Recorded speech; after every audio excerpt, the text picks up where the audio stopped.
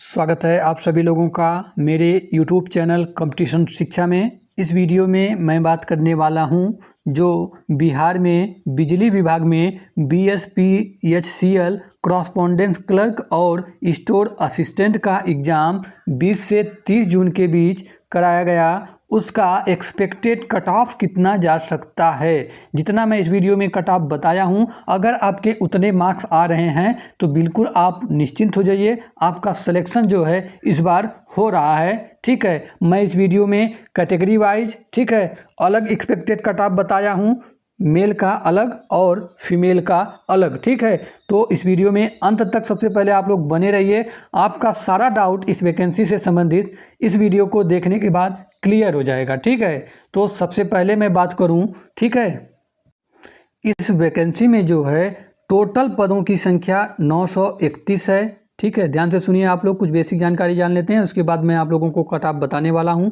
इस वीडियो के अंत में। ठीक है, तो टोटल वैकेंसी इसमें है 931 है। अब इस 931 में दो तरह के पद हैं। ठीक है, एक पद कॉरस्पॉन्डेंस क्लर्क का है जो 806 पद हैं 931 में से, और दूसरा पद है स्टोर असिस्टेंट का, इसमें जो है टोटल 115 पद हैं। ठीक है, मैं आपको बता दूं कि इसमें जो टोटल 1,60,000 कैंडिडेट ने जो है एग्ज़ाम दिया है, वहीं इसमें टोटल 1,90,000 फॉर्म पड़ा था, यानी 30 से 32,000 स्टूडेंट इस एग्ज़ाम को नहीं दिए हैं। ठीक है, तो इसमें जो है सीटों की अपेक्षा जो है काफ़ी अधिक कैंडिडेट ने एग्ज़ाम दिया है, तो आपका कंपटीशन भी इसमें अच्छा खासा देखने के लिए मिल सकता है। ठीक है, आप लोगों को पता है आप लोगों का एग्ज़ाम जो है 20 से 30 जून के बीच में कराया गया, और एक दिन में 3 शिफ्ट में इसका एग्ज़ाम हुआ है, और टोटल जो है 27 शिफ्ट में इसका एग्ज़ाम हुआ है। ठीक है, तो ये तो तय है कि इसमें नॉर्मलाइजेशन भी होगा। ठीक है, तो आइए हम लोग जानते हैं, चलिए बेसिक जानकारी जानते हैं पहले। आगे कुछ आप लोगों के एग्ज़ाम में जो है कोई निगेटिव मार्किंग नहीं था, आप लोगों को पता होगा, और इसमें नॉर्मलाइजेशन भी होगा। अब भाई मैं नॉर्मलाइजेशन क्यों कर रहा हूँ, देखिए कि कोई भी जो एग्ज़ाम होता है वह एक से अधिक दिनों या एक से अधिक पालियों में कराया जाता है, तो वहाँ नॉर्मलाइजेशन होता ही होता है। ठीक है, इससे आप लोग परिचित होंगे। ठीक है, क्योंकि आप सभी लोग काफ़ी दिनों से प्रतियोगी परीक्षाओं की तैयारी कर रहे हैं, तो नॉर्मलाइजेशन के बारे में जानते होंगे। हालांकि मैं इसके बारे में थोड़ा बहुत आप लोगों को बता देता हूँ कि भाई नॉर्मलाइजेशन वास्तव में होता क्या है। तो भाई नॉर्मलाइजेशन एक ऐसी प्रक्रिया है जिसका उपयोग विभिन्न पालियों या शिफ्टों में आयोजित परीक्षाओं के अंकों को समान स्तर पर लाने के लिए किया जाता है।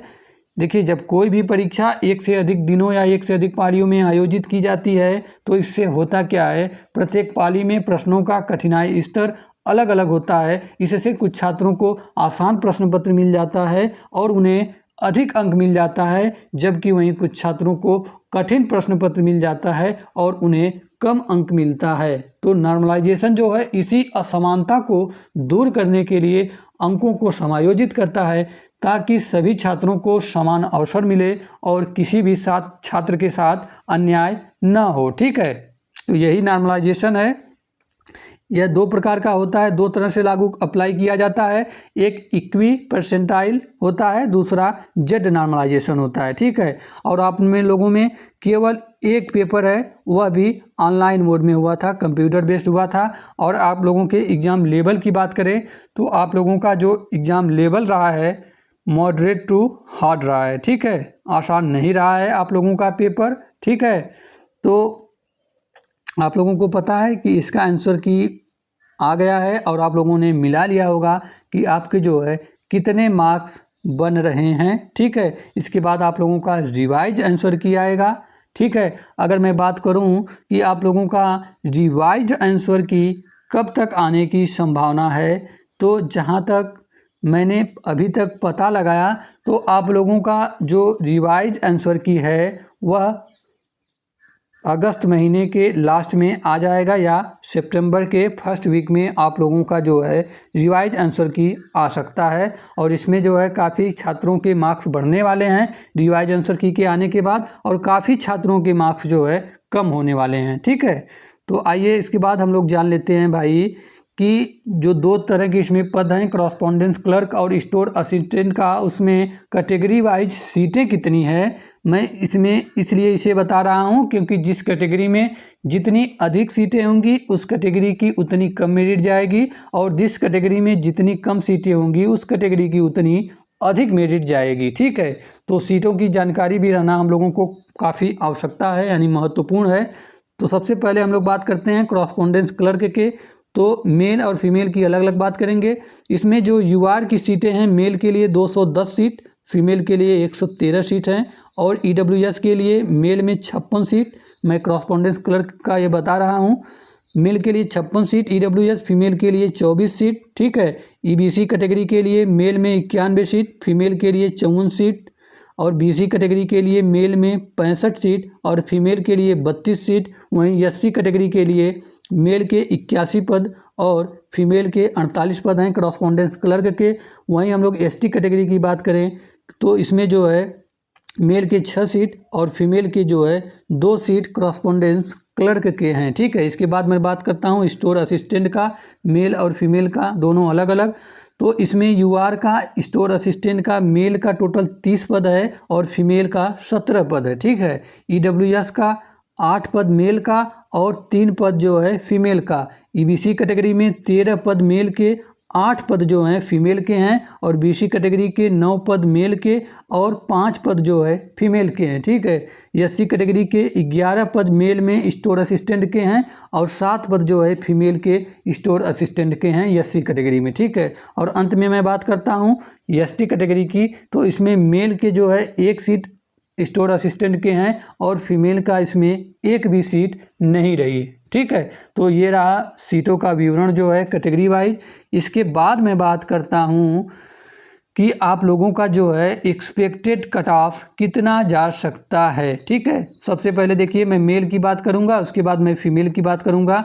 अगर आपके इतने मार्क्स हैं तो आप बिल्कुल निश्चिंत रहिए, आपका सिलेक्शन इस बार हो रहा है। ठीक है, देखिए कट ऑफ को बताने से पहले मैं आप लोगों को एक बात बता देना चाहता हूँ कि चाहे कोई भी एग्ज़ाम हो, कट ऑफ कम जाएगा या अधिक जाएगा उसके पीछे कई कारण होता है। ठीक है, कोई एक कारण नहीं होता है कि जिससे कट ऑफ कम चली जाती है या अधिक चली जाती है। ठीक है, जिसमें परीक्षा में शामिल होने वाले उम्मीदवारों की संख्या शामिल होती है कि यानी जो एग्ज़ाम आपने दिया है उसमें टोटल कितने कैंडिडेट ने प्रतिभाग किया और उसमें टोटल पदों की संख्या कितनी है, और आप लोगों ने जो एग्ज़ाम दिया है उसके पेपर का कठिनाई स्तर क्या रहा है। यह सभी जो कारण होते हैं वह कट ऑफ के निर्धारण में अहम भूमिका निभाते हैं, आप लोगों को यह पता है। ठीक है, तो सबसे पहले मैं इसमें मेल की कट ऑफ बताने वाला हूं कैटेगरी वाइज, उसके बाद मैं फीमेल की कट ऑफ बताऊंगा।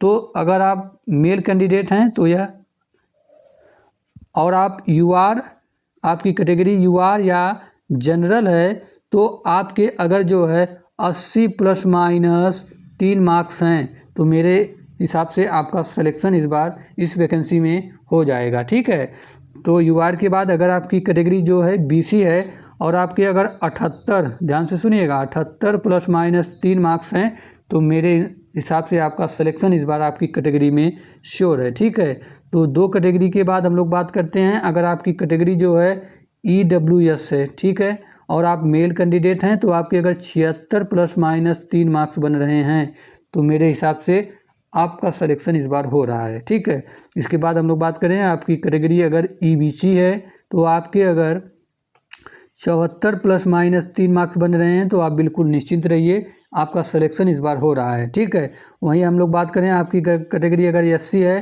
तो 70 ± 3 मार्क्स मान के चलिए। अंत में बात करते हैं आपकी कैटेगरी एसटी है तो 68 ± 3। ठीक है, 68 ± 3 ये एसटी का हो गया, ध्यान रखिएगा आप लोग। उसके बाद मैं बात करता हूँ, ये तो मेल कैंडिडेट का हो गया कैटेगरी वाइज कट ऑफ। उसके बाद मैं बात करता हूँ फीमेल का कैटेगरी वाइज कितना कट ऑफ जाने की संभावना है। तो फीमेल कैंडिडेट हैं और आप यूआर या जनरल से बिलोंग करती हैं तो आपकी अगर 75, ध्यान से सुनिएगा, 75 ± 3 मार्क्स हैं तो मेरे हिसाब से आप बिल्कुल सेफ जोन में हैं। ठीक है, वहीं आपकी कैटेगरी अगर बीसी है, फीमेल कैंडिडेट हैं तो 73 ± 3 ठीक है, 73 प्लस माइनस 3 मार्क्स जा सकता है आपका। वहीं आपकी कैटेगरी अगर EWS है और आपके अगर 72 प्लस माइनस 3 मार्क्स बन रहे हैं तो मेरे हिसाब से आपका सिलेक्शन आपकी कैटेगरी में इस बार हो रहा है। ठीक है, वहीं मैं बात करता हूं, अगर आप फीमेल कैंडिडेट हैं और आपकी कैटेगरी EBC है और आपकी अगर 72 प्लस माइनस 3 मार्क्स हैं तो मेरे हिसाब से आपका सिलेक्शन हो रहा है। ठीक है, वहीं अगर मैं बात करूं आपकी कैटेगरी अगर SC है और आपकी अगर 68, ध्यान से सुनिएगा, 68 प्लस माइनस 3 मार्क्स हैं, आप फीमेल कैंडिडेट हैं तो आप बिल्कुल श्योर रहिए आपका सिलेक्शन इस बार हो रहा है। ठीक है, वहीं मैं बात करूं अगर आप ST कैटेगरी है, फीमेल कैंडिडेट हैं तो 66 प्लस माइनस 3 मार्क्स हैं तो मेरे हिसाब से आपका सिलेक्शन इस बार हो रहा है। ठीक है, वहीं मैं बात करूं अंत में कि इसका जो है रिजल्ट कब तक आ सकता है, तो इसका रिजल्ट जो है अक्टूबर फर्स्ट वीक में आने की संभावना है इसका रिजल्ट। और आप लोगों को पता है इसका जब रिजल्ट आ जाएगा तो इसके बाद इसमें डॉक्यूमेंट वेरिफिकेशन इसका कराया जाएगा, उसके बाद इसका फाइनल रिजल्ट आएगा।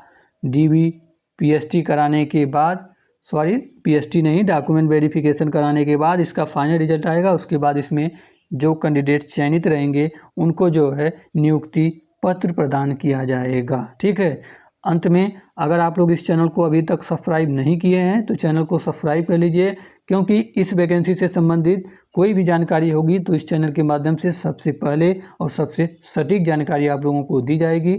तो चैनल को सब्सक्राइब कर लीजिए, बेल आइकन को ऑन कर लीजिए। तब तक मिलते हैं नेक्स्ट वीडियो में। जय हिंद, जय भारत।